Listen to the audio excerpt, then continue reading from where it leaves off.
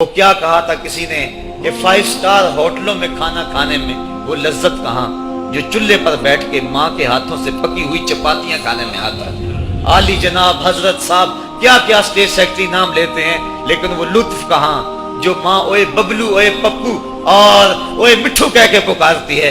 جو مٹھاس ان لفظوں کے اندر ہے وہ بڑے اور بھاری اور بھرکم الفاظ اور خطابات کے اندر کہاں ہے۔ اونچی کرسی پہ بیٹھنے کا وہ لطف نہیں ہے جو ماں کے قدموں میں بیٹھنے کا ہے۔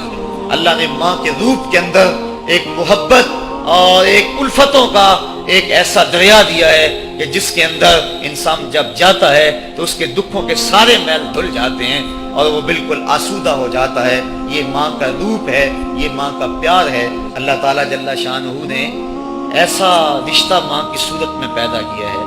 جنت کی چھاؤں کا دنیا کے اوپر روپ ہے ماں کی ذات، کہ دنیا پر ماں کے پیار کا بدل نہیں ہے۔ میں کہا کرتا ہوں آج کوئی شے بھی خریدنے نکلیں تو آپ وثوق سے نہیں کہہ سکتے یہ خالص ہے۔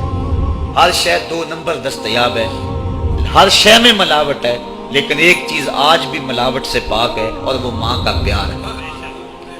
ماں کی محبت آج بھی کھری ہے اور آج بھی اس میں کوئی ملاوٹ نہیں ہوئی۔ بچہ بوڑھا بھی ہو جائے لیکن ماں کے لیے وہ بچہ ہوتا ہے، ماں کی دعائیں اسی طرح اس کے لیے ہوتی ہیں، اور بچہ آغوش مادر میں آ کر پھر طفل سادہ رہ جاتا ہے۔ یہ ماں کا پیار اور ماں کی محبتیں۔ ایک شاعر نے ماں کی محبت کا نقشہ کھینچتے ہوئے کیا خوبصورت بات کہی۔ وہ کہتا ہے مدت ہوئی میری ماں نہیں سوئی تابش، میں نے ایک بار کہا تھا مجھے رات کو ڈر لگتا ہے۔ کہا سحری کے وقت میں نے ایک بار اٹھ کے رات کو چونک کر کہا تھا مجھے رات کو ڈر لگتا ہے۔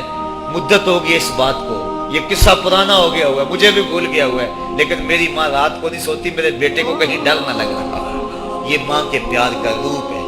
علامہ اقبال جب ان کی والدہ انتقال کر گئیں تو وہ دیار غیر میں تھے، تو اس وقت انہوں نے ایک طویل مرثیہ لکھا اپنی ماں کی یاد میں جس کا عنوان ہے والدہ مرحومہ کی یاد میں۔ اس کے اندر لکھتے ہیں آہ اب وطن میں ہوگا کس کو میرا انتظار، آہ وطن میں ہوگا اب کس کو میرا انتظار، کون میرا خط نہ آنے سے رہے گا بے قرار، آرزو لے کر تیری خاک مرکت پہ آؤں گا، اب دعائے نیم شب میں کس کو میں یاد آؤں گا۔ کون پچھلے پہر اٹھ کے دعا کرے گا؟ ہر ایک سے کہنا پڑتا نا جناب دعا کرنا، مولوی صاحب سے بھی عرض کرنا پڑتا حضور دعا میں یاد رکھنا، پیر صاحب سے گزارش کرنا پڑتی ہے جناب مجھے دودھ راتوں میں اور چاندنی راتوں میں مجھے یاد رکھنا، حاجی کو معتمر کو کہنا پڑتا جناب دیار حرم میں جا رہے ہو اور دیار حبیب میں جا رہے ہو وہاں مجھے دعاؤں میں یاد رکھنا، سین حرم میں بھی اور جالی کے سامنے بھی ہر ایک کو کہنا پڑتا ہے کہ مجھے دعاؤں میں یاد رکھنا۔ کبھی ماں کو بھی کہنا پڑا ہے کہ امی دعاؤں میں یاد رکھنا۔ ماں کے ہاتھ ویسے اٹھے رہتے ہیں اور جب ماں کے ہاتھ اٹھ جائیں اجابت کے سارے دروازے کھل جاتے ہیں۔ میں نے پڑھا کتب حدیث میں جو دعائیں رد نہیں ہوتی ان میں سے ایک ماں کی دعا ہے۔ جب ماں ہاتھ اٹھا دے تو جنت کے سارے دروازے کھل جاتے ہیں، اور یہ لازمی نہیں ہے کہ ماں رابعہ بصریہ ہو تو پھر ہی اس کی دعا قبول ہوتی ہے۔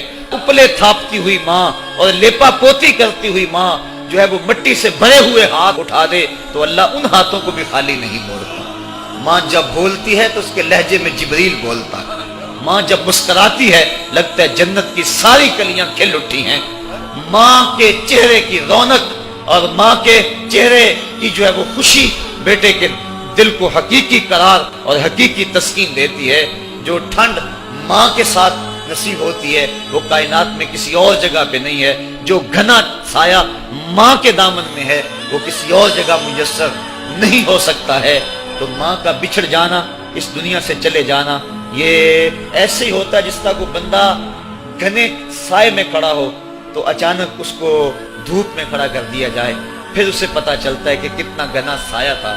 جس طرح درخت ساری دھوپ اپنے اوپر سہتا ہے اور جو اپنے نیچے کھڑا ہو اس کو ٹھنڈک دیتا ہے، اسی طرح ماں باپ سارے دکھ اپنے اوپر سہتے ہیں لیکن اپنی اولاد کو ٹھنڈک پہنچاتے ہیں۔ ماں باپ کے اس دنیا سے چلے جانے کے بعد پتا چلتا ہے کہ میں کتنی گھنی چھاؤں سے کس کڑاکے دار دھوپ میں آ گیا ہوں، اور میری زندگی کے اندر کتنے دکھوں کا زہر گل رہا ہے۔